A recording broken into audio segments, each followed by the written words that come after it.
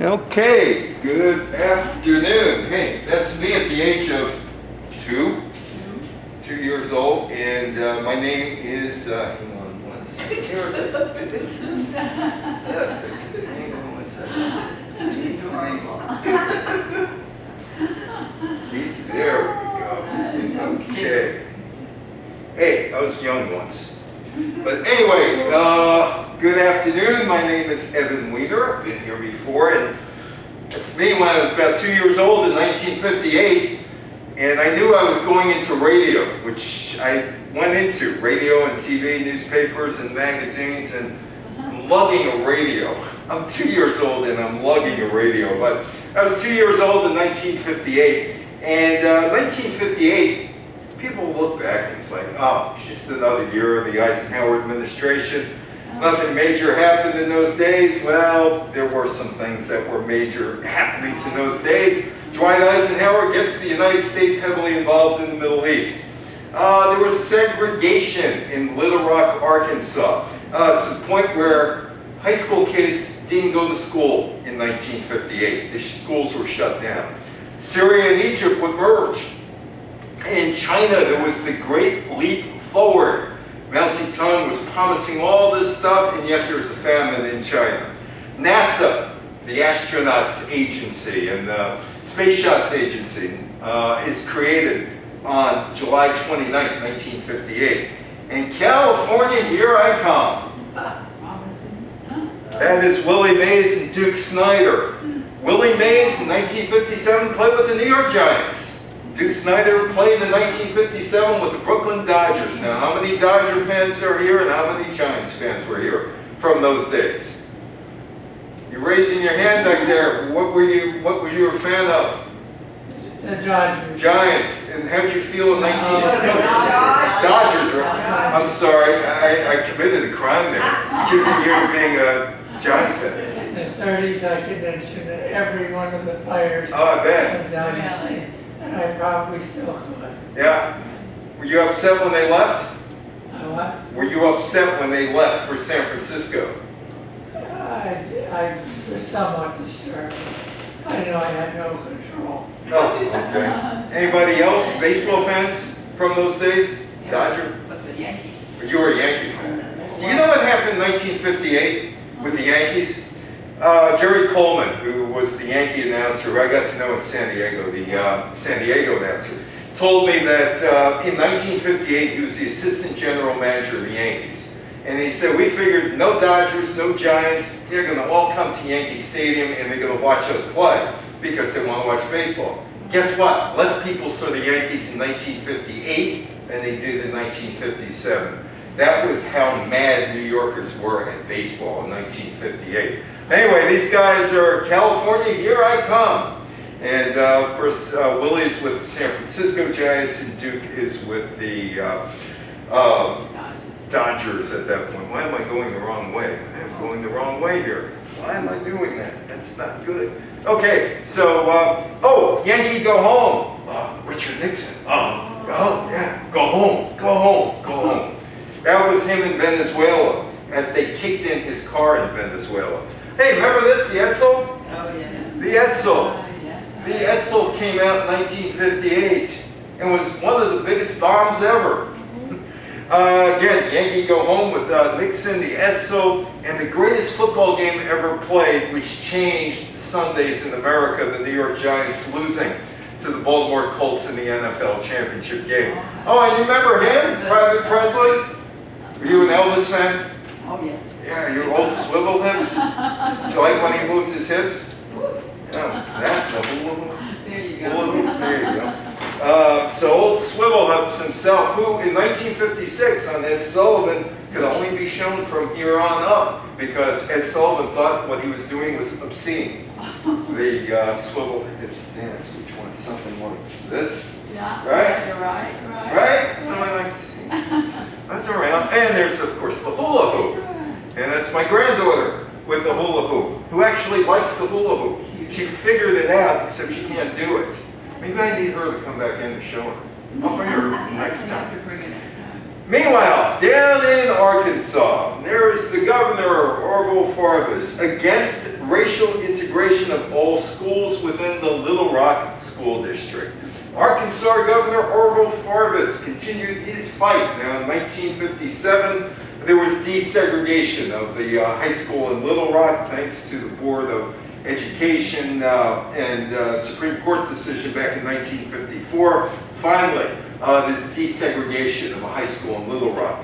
But on September 27th, Orville Farvis, the governor of Arkansas, told the 3 high schools in Little Rock, "You're closed for the year, go home. I'm not allowing any desegregation, so you're better off at home." And those students did not go to high school that year. The Little Rock students, many of them, lost a whole year of education as the legal fight over desegregation continued. In November 1958, Farvis wins another election. Second governor in Arkansas history to win 3 consecutive terms. Why did he do that? Because of his anti-segregation stance. They were totally behind him in Arkansas. The University of Florida, their law school, admits its first black student, a guy by the name of George Stark Jr. And the University of New Orleans, they begin class in September down in New Orleans, and this was the first racially integrated public university in the South, all in 1958. Meanwhile, the Middle East is becoming a big problem for Dwight Eisenhower and the Dulles brothers.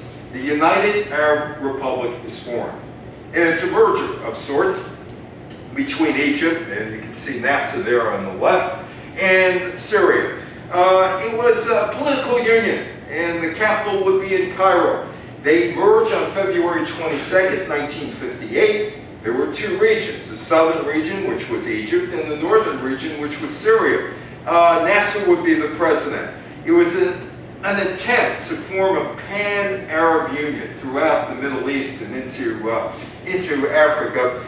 It abolished Syria, and it abolished Egyptian citizenship. And the inhabitants of the country were called just Arabs. Just Arabs. And it was Arab territory. That's what they said. There was a coup in Iraq. This is another problem that would come back to haunt the United States for years and years and years and years. A group of Iraqi military officers from the army stage a coup, and they overthrow the monarchy on July 14th, 1958, killing King Faisal II. Now, I'm just going to divert here to talk about one of my friends, a guy by the name of Bob Friedman. And Bob Friedman is considered a Middle East scholar. In fact, he's advised people in Israel, including some prime ministers, including Rabin, about what's going on in the Middle East and his thoughts, and he talked to Abbas from PLO and all that other stuff. And he was telling me about maybe 20 years ago or so, he's sitting in King Hussein's office over in Amman, Jordan. And he walks in, and King, of course, is late. In fact, he's late because his wife had open-toe shoes. And you couldn't wear open-toe shoes. So they had to go out and buy her open-toe shoes so he could come back with his wife into the palace. But he was telling me that he's sitting in King Hussein's office. He's waiting for King Hussein. There are pictures all over the place of King Hussein's relatives.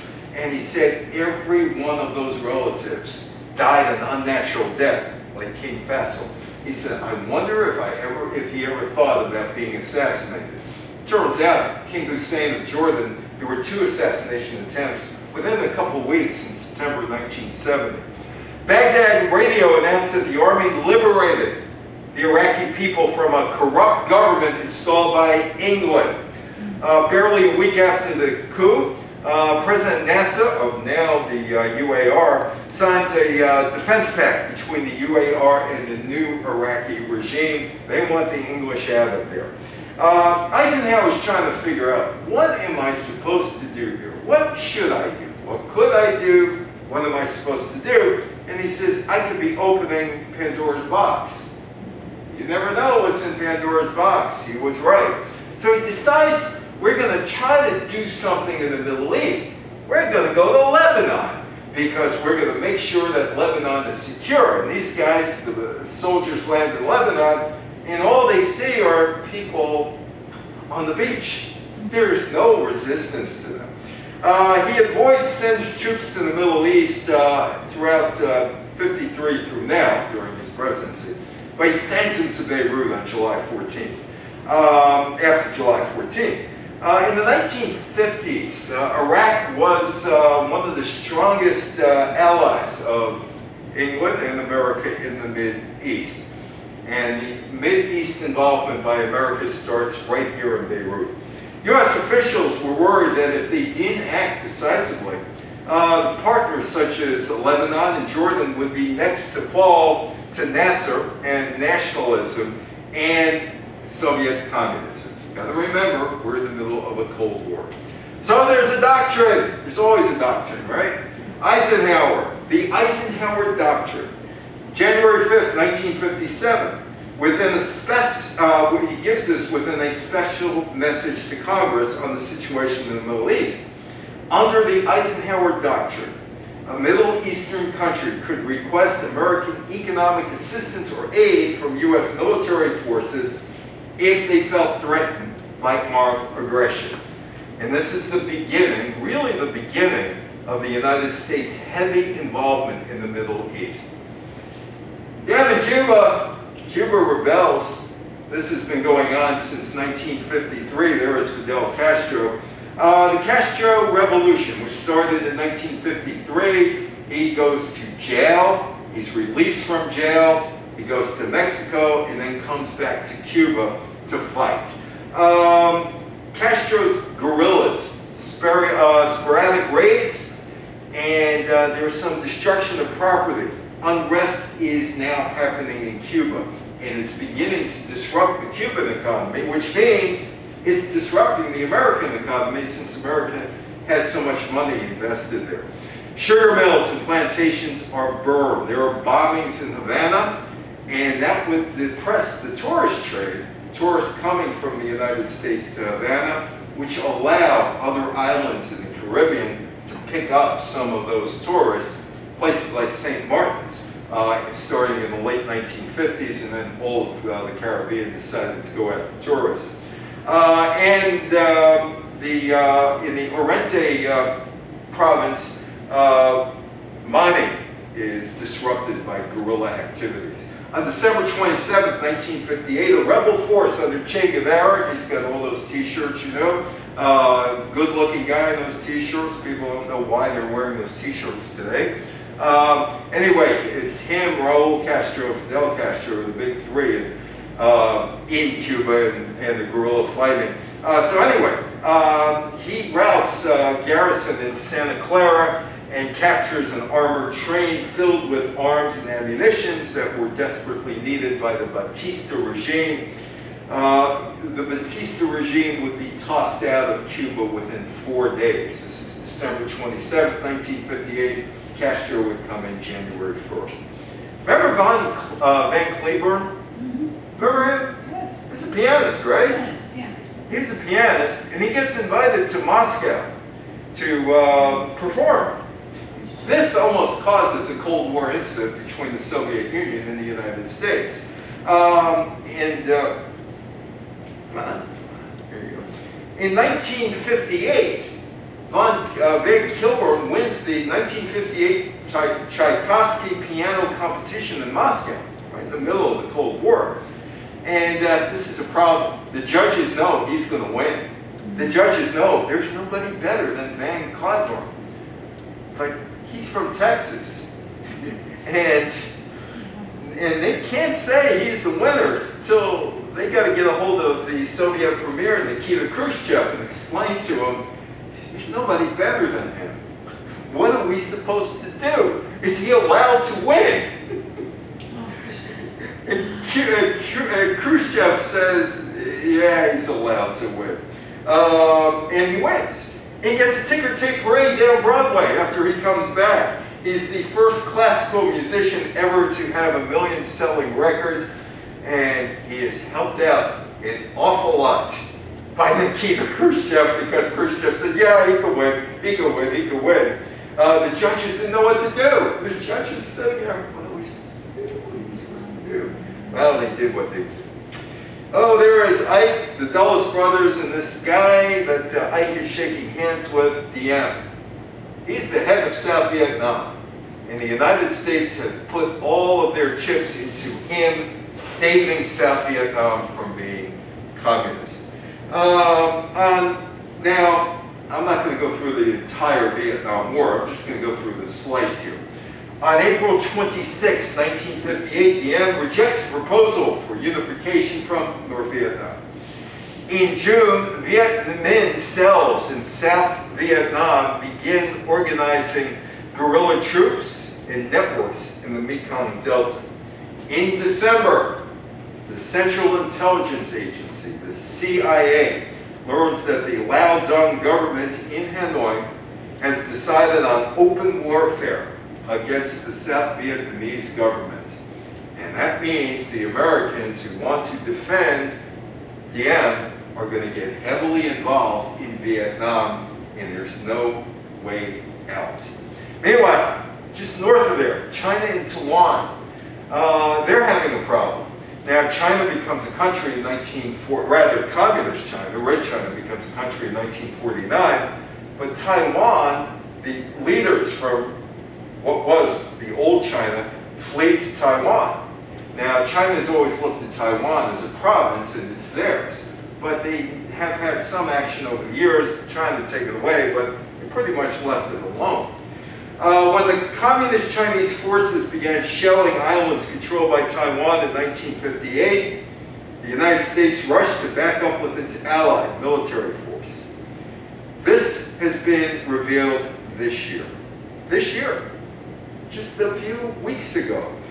The United States drew up plans to carry out military strikes on China in 1958. These documents were classified, but they became unclassified because of a guy by the name of Daniel Ellsberg, who in 1971 put out the Pentagon Papers. And this year, Ellsberg decided, I'm going to tell you what happened in 1958. The crisis was really, really dangerous, and the United States decided maybe, just maybe, we should bomb with nuclear weapons Peking and other cities in China. Didn't happen. The recession in 1958 was blamed on the Asian flu of 1957. Some people had it really well during 1958. 1957, an Asian flu pandemic spread from Hong Kong across India into Europe and the United States. Sounds familiar? Sickening, untold numbers, and ultimately killing more than 1 million people worldwide. The illness triggered a global recession, and U.S. exports were cut by $4 billion because of the flu of 1957. How many of you have driven on I-95? No, you don't want to, or you have? Never have. You never have. Now, let me explain a couple things to you. You are missing out on a lot. You are missing out on an awful lot. Just today, coming up here, you got to see the big bulldozers and the pile drivers and the cars going into 2 lanes because they're doing construction again. And they're finishing the construction on the New York State, Connecticut border. You've never been on I-95? Of course I have. Can't believe that. I've been on I-5, I've been on I-10, I've been on I-87, I've been on I-90. Done a lot. Anyway, so we got this recession in 1958, and Eisenhower really wants to get these highways built across the country, not necessarily for the reasons you think. He wants to get it done because military equipment can be transported easily on I-95 or wherever else they need to transport things. So he decides, hey, we got to do this now, and we got to do this and get it moving. Eisenhower is credited with ending the short recession by boosting government spending on highway construction and other public infrastructure projects approved by the 1956 Federal Aid Highway Act. Right now we got an infrastructure bill that's winding its way through Congress. Eisenhower got it through in 1956, and he built I-95. which is one great road. I get there. G-R-A-T-E, not G-R-E-A-T. Great. NASA was created in 1958. National Aeronautics and Space Administration. Part of the Cold War, except we didn't know it was part of the Cold War at the time. Let's talk a little bit about the United States and its past in space. The United States, that's a V-2 rocket. And that V-2 rocket was launched by the Nazis back in 1944. As the war comes to an end, there are about 1,600 people that the United States wants out of Germany because they're some of the best scientific minds in the world. They put together the V-2 rocket, which was launched from mobile units. It was 46 feet high, carried a ton of explosives. The first attack was in London on September 8, 1944, and it gouged a crater 32 feet across. It killed 3 people and injured 22 others. It was supposed to be the rocket that was going to get Germany back into World War II, and here you can see the destruction of weapon left. It took 5 minutes from launch to landing. The V stood for Vergutungswaffen, or retaliatory weapon, and it was the last-ditch attempt by the Germans to reverse the course of World War II. It was made by what people kindly call slave labor, concentration camp victims. The prisoners were pulled from concentration camps for technical skills such as welding, worked around the clock in an underground factory called Metalwerk near the Buchenwald concentration camp in central Germany. Now, the concentration camp victims lived under appalling conditions, no daylight, little sleep, food, or sanitation. But there was one thing that they tried to do to sabotage the V-2. They urinated on it, hoping that their urine would destroy the rocket. And they were executed for attempted sabotage. Eyewitness accounts describe prisoners being hanged from cranes above the rocket assembly lines. Now, this guy here, second from the right, is Werner von Braun, Nazi scientist, father of the American space program. It's very complicated. Von Braun joined the Nazi Party on November 12, 1937. He said he was coerced into joining by the SS. However, it has been documented that von Braun did not want his research used for military purposes. He said, I was coerced into working with the Nazi Party. Here he is with Himmler. There he is. So he's high up. He's really high up. And he's the engineer who designed the V-2. And the Allies said, hey, it's a weapon we have never seen, unlike anything we could develop. The war ends, and the Americans and the Soviets and the Brits are trying to get their hands on the technology and all this other stuff. And Werner von Braun makes a decision. He's surrendering to the Americans. The Russians would get their hands on the V-2 factory and the test range. It's called Operation Paperclip, bringing him and 1,600 of the top German scientists and engineers to the United States. This is shortly after NASA is invented or is created by the American government. And von Braun is right over here. And that's Wally Schirra, who is an astronaut, and John Glenn, who's an astronaut. So the Americans take the Nazis and rehabilitate them. Operation Paperclip was an opportunity for the United States to utilize the mind power of some of the most brilliant minds in Germany during World War II. More than 1,600 German scientists, engineers, and technicians were taken from Germany to America, including von Braun. The Cold War. This is right in the middle of the Cold War. The democratic capitalist United States and the communist Soviet Union pitted against one another.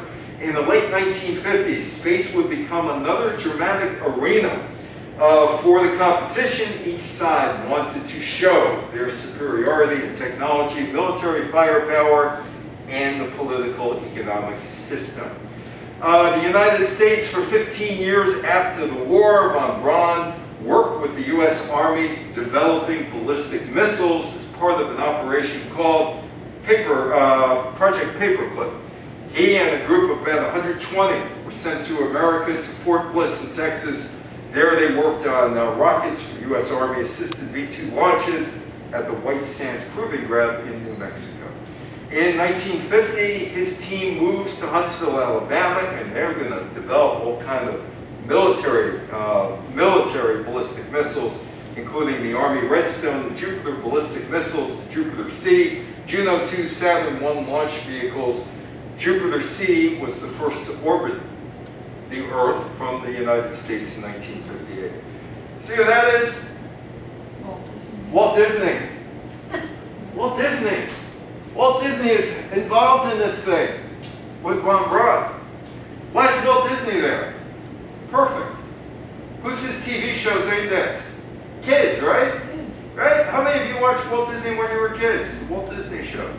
Anyway, it's perfect. Von Braun shows up. He's pushing for space flights, space exploration in the United States, and he's writing books, and he's writing articles for things like Collier's Magazine, and he also would serve as the spokesman for 3 Walt Disney television shows on space travel called Man in Space. So you got him aimed at kids. Let's be an astronaut. Let's go into space. Meanwhile, the Soviets do get in space in 1957 with Sputnik. October 4th, 1957, Soviet R-7 intercontinental ballistic missile launched Sputnik, which is Russian for traveler. It was the first artificial satellite, first man-made object ever into space. It was just 180 pounds, kind of looked like a beach ball stuffed with all kind of wires and things of that nature, and would go around the Earth every 100 minutes, and you would hear beep, beep, beep, beep. That's it. So it's the USSR won, the USA nothing. And it would kick off the space part of the Cold War, and the Americans would get some satellites up in 1958. This guy, Bill Cleary, he's a hockey player. What's he got to do with this, right? He has nothing to do with this, right? Wrong. About 1995, I'm with Bill Cleary. We're down at Central Park, not Central Park, Rockefeller Center, and the United States Hockey Association, the governing body of USA Hockey, is honoring the 1960 Olympic gold medal winning team and the 1980 gold medal winning team. And Cleary was there. He's part of the 1960 team. And he says to me, "Hey, did you ever hear about us in Moscow?" I said, "No, I haven't." He said, "Well, I got a story to tell you. During 1958, Eisenhower and Khrushchev were looking to tamper down the Cold War, try to get some sort of relationship between the two countries. Eisenhower and Khrushchev agreed that we're going to do some sort of cultural thing. The United States sending a hockey team, a track and field team over to the Soviet Union. In exchange, I loved this when I was a kid, just loved it. In exchange, the Moscow circus would come, and they'd be on Ed Sullivan, and I'd see the dancing bears on Ed Sullivan, and I'd see the Bolshoi ballet, which I wasn't too into, but the dancing bears were great. Anyway, so he says, we fly to Moscow, get there, get to the hotel, and he says, yeah, we're checking to see if there are any bugs around. Is that the cellular listening device? We're checking. And then we gotta go to dinner. He says, we go to dinner, we're all dressed up, it's a big state dinner and all that. He says, we all walk in there, everything's laid out, the table is perfect. They got the forks and knives here, the spoons here, all the plates there, up to the soup bowl. And they look into the soup bowl, and there's a model of the Sputnik. We're gonna intimidate you. We were first in space. You're behind us. Every soup bowl had a Sputnik in there. Laika, the space dog, was killed during Sputnik 2. 36 dogs tried out to become the first space dog. Had shut up, and Laika the dog dies within hours of takeoff from panic and overheating. And that comes out in 2002. The Soviets initially said she died painlessly after a week in space. Vanguard failure. The United States Joint National Academy of Science U.S. Naval Research Laboratory project fails. By that time, the Soviets had Sputnik 1 and 2 carrying the dog. January 31st, the Explorer 1 actually gets into space. NASA would come later that year, 1958. The U.S. launched its own satellite, Explorer 1, designed by the U.S. Army under the direction of Wernher von Braun. On July 29, 1958, the National Aeronautics and Space Administration is created. The jet age. How many of you gone back and forth to either Europe or California? Couldn't do that really all that well before 1958. Pan Am, out of business, but Pan Am. On October 26, 1958, Pan Am World Airways Boeing 707 took off from New York to Paris. The 707 gave passengers the world in record time, and the world would start to shrink. How many of you have been to Europe or California now? Now, in the 1930s, you had to take a boat. You really, unless you're Lindbergh or some other daredevil, you had to take a boat. This ushers in a new era.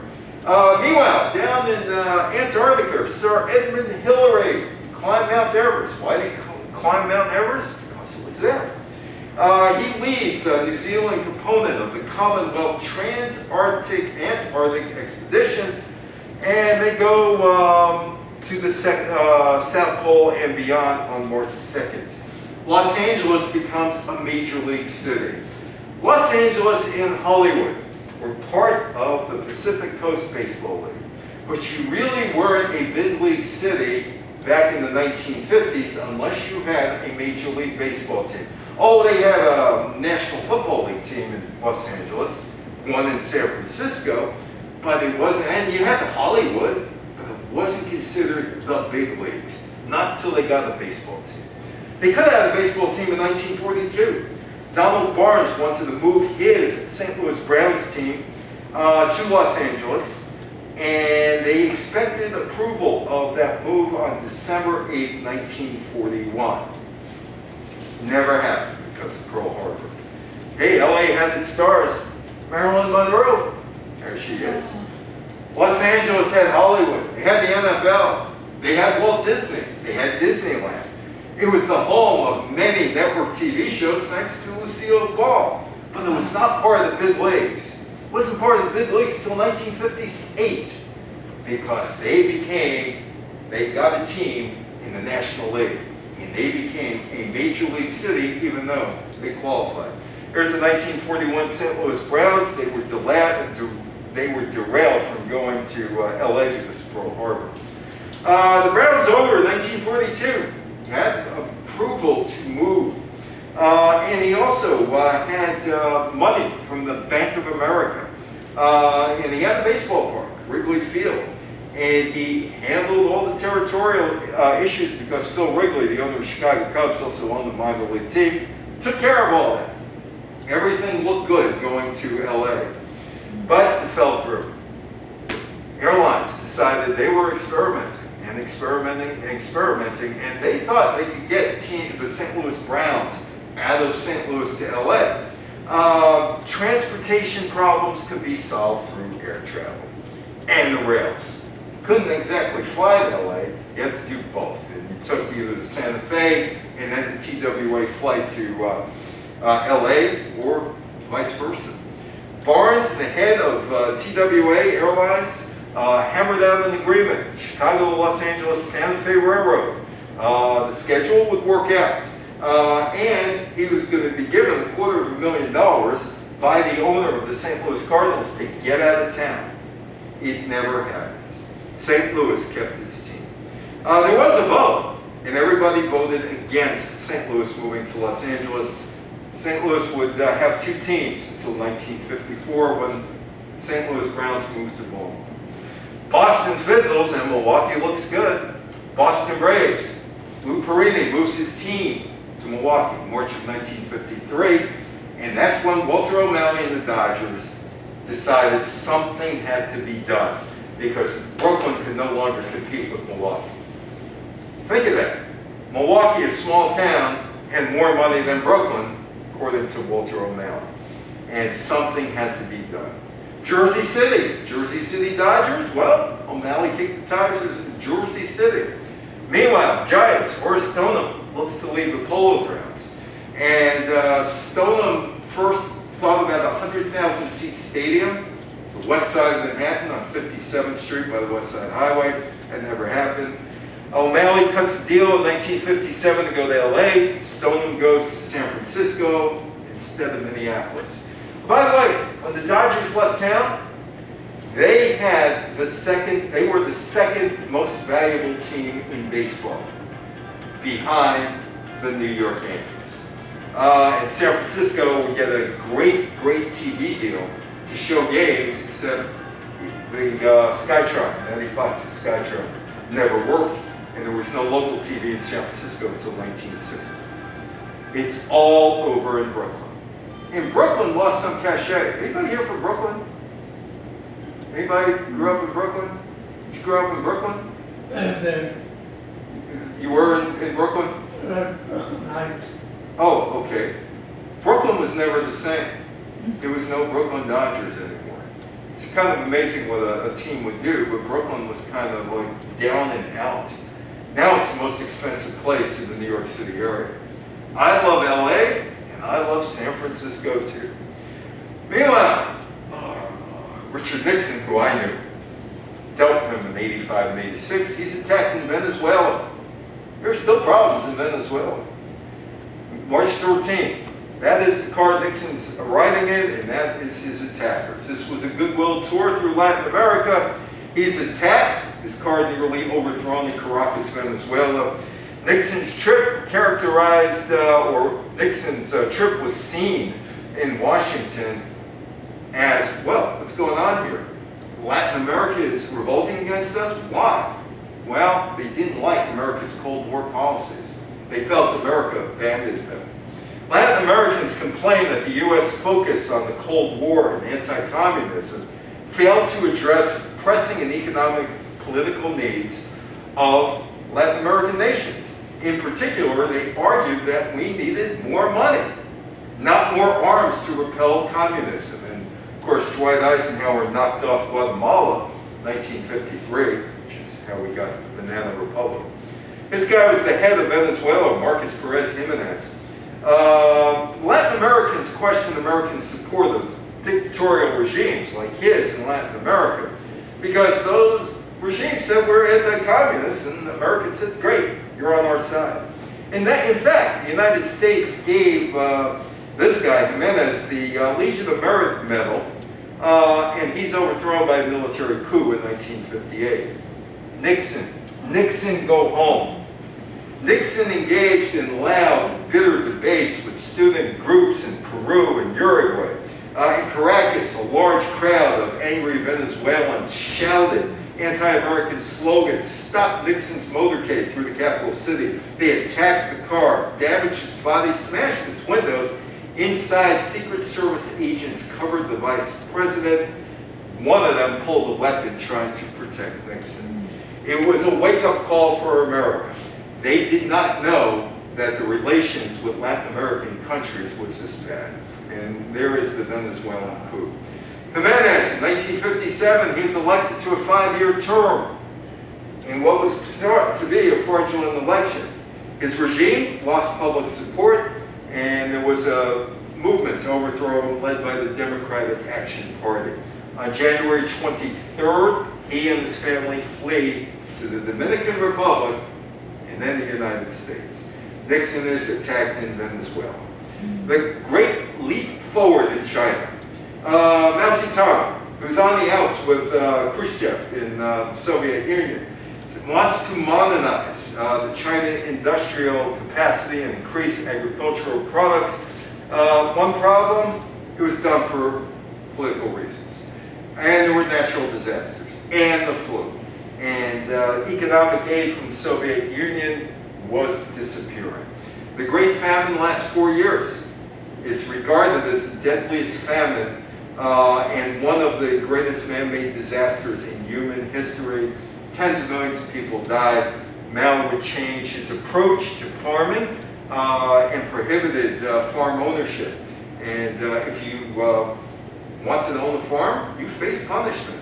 Mao wanted people to make steel and backyard furnaces so the U.S. could catch up with U.S. and Britain in the steel wars. How many of you remember the Edsel? Yeah, it's the Edsel in Henry Ford Museum. A friend of mine named Don. In 1957, Ford begins his ad campaign. The Edsel is coming. The Edsel is coming. The Edsel is coming. Dealers were required to store the Edsel undercover and would be fined or lose their franchise if they showed the cars before the release date. So the car does come out, and it doesn't live up to its hype. Anybody ever drive an Edsel here? Okay, doesn't sell in 1958. Shoddy workmanship. The vehicle showed up at dealer showrooms with notes attached to the steering wheel listing the parts that weren't installed. They didn't finish the cars, so you could finish it.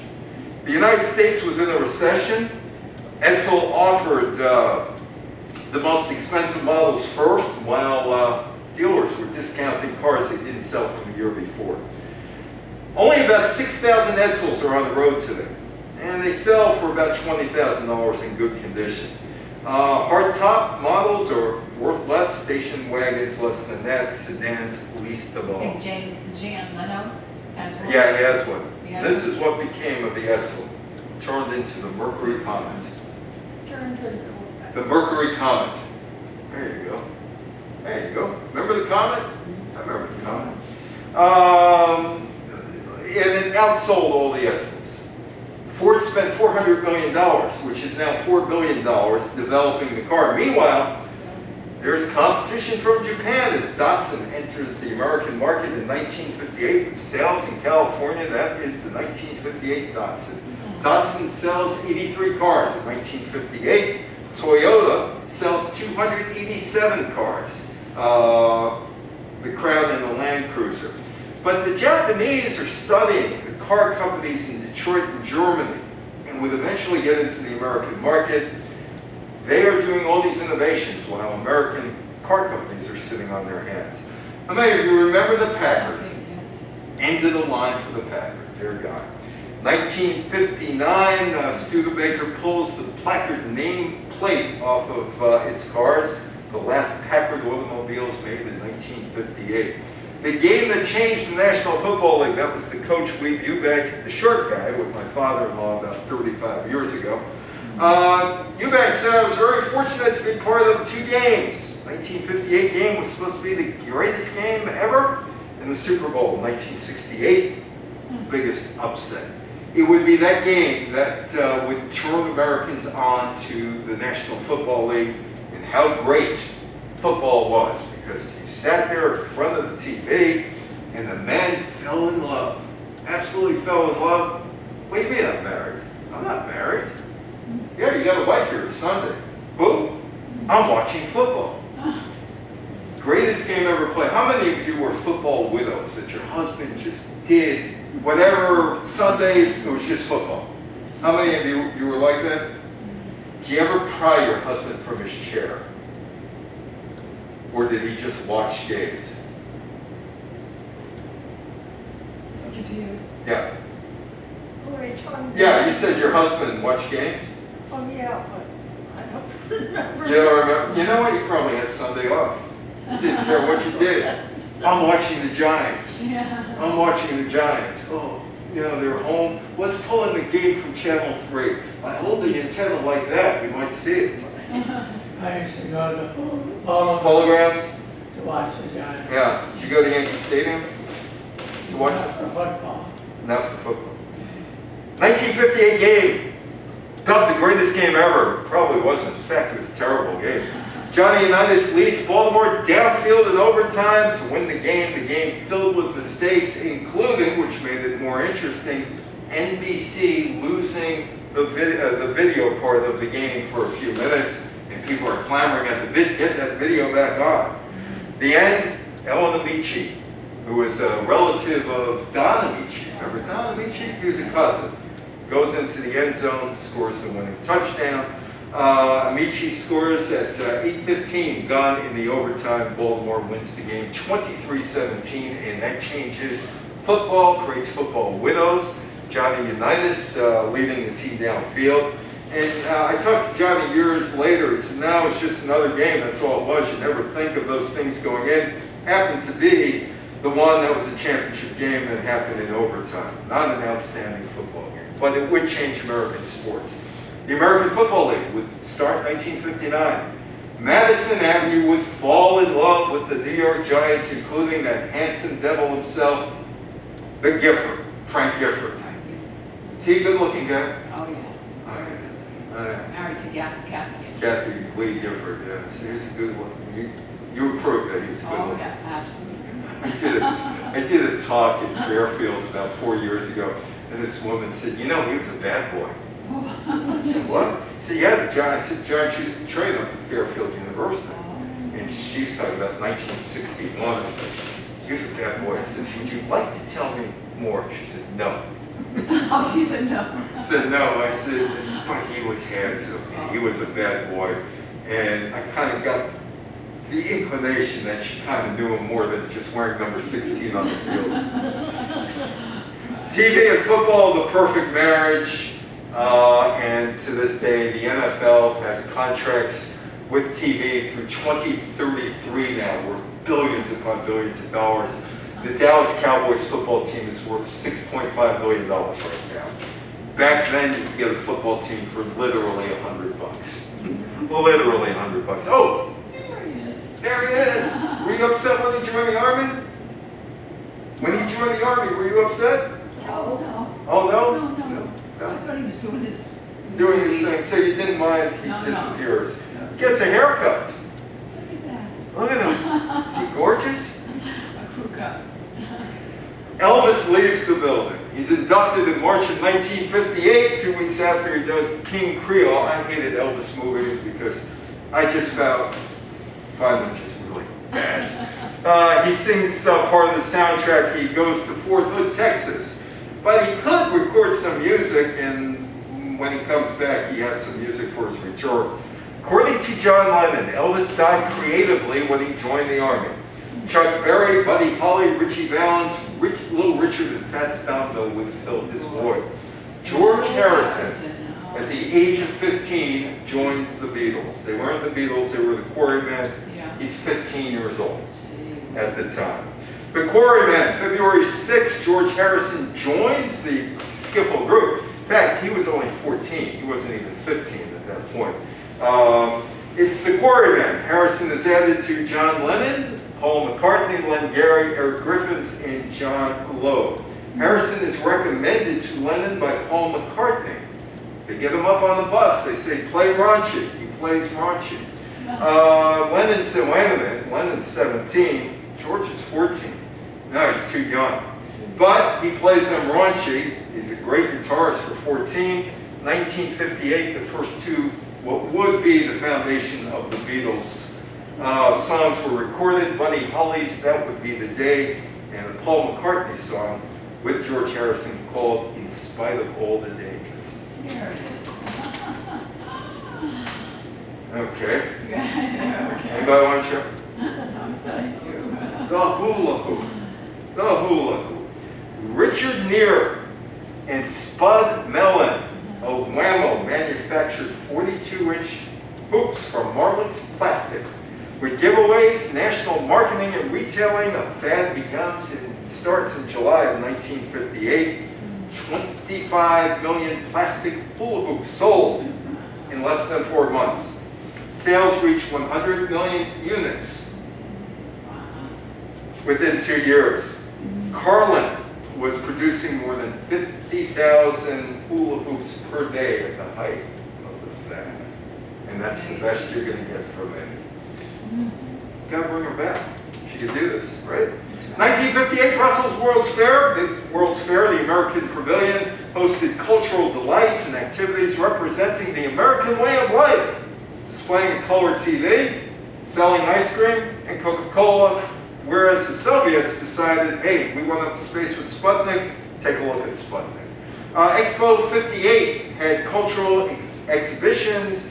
There was collections spotlighting the beginning of modern art, numerous activities, workshops with celebrations in art and music, and there was also this, the Congo Village.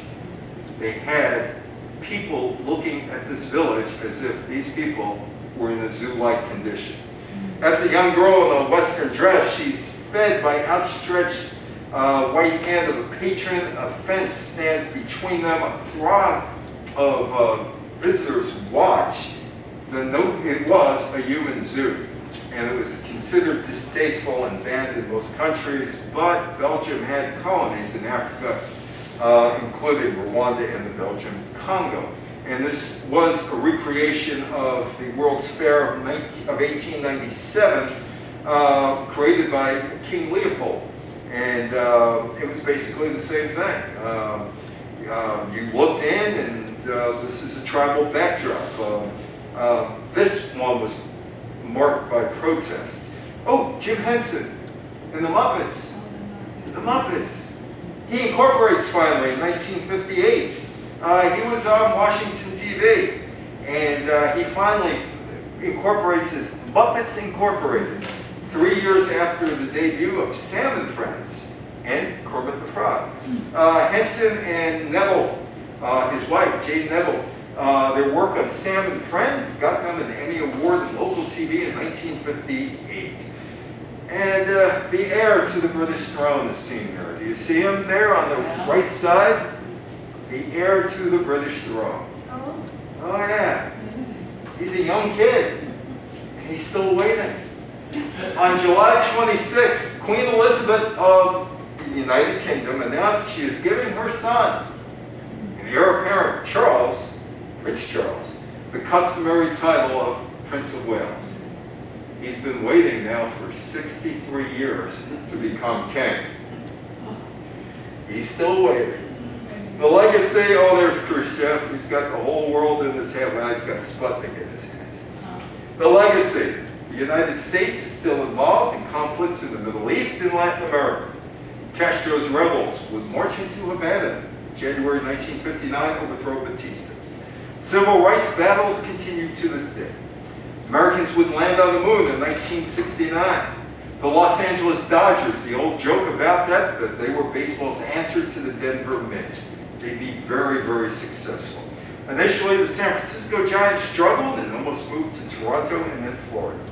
China would face many years of famine, now would die in 1976. Venezuela is still a trouble spot. The National Football League is the most powerful sports organization in America and may be one of the most powerful organizations in America overall. In fact, it was the National Football League that got people's attention when they said that if teams forfeit games because guys on teams did not take the vaccination, those teams would lose money, the players.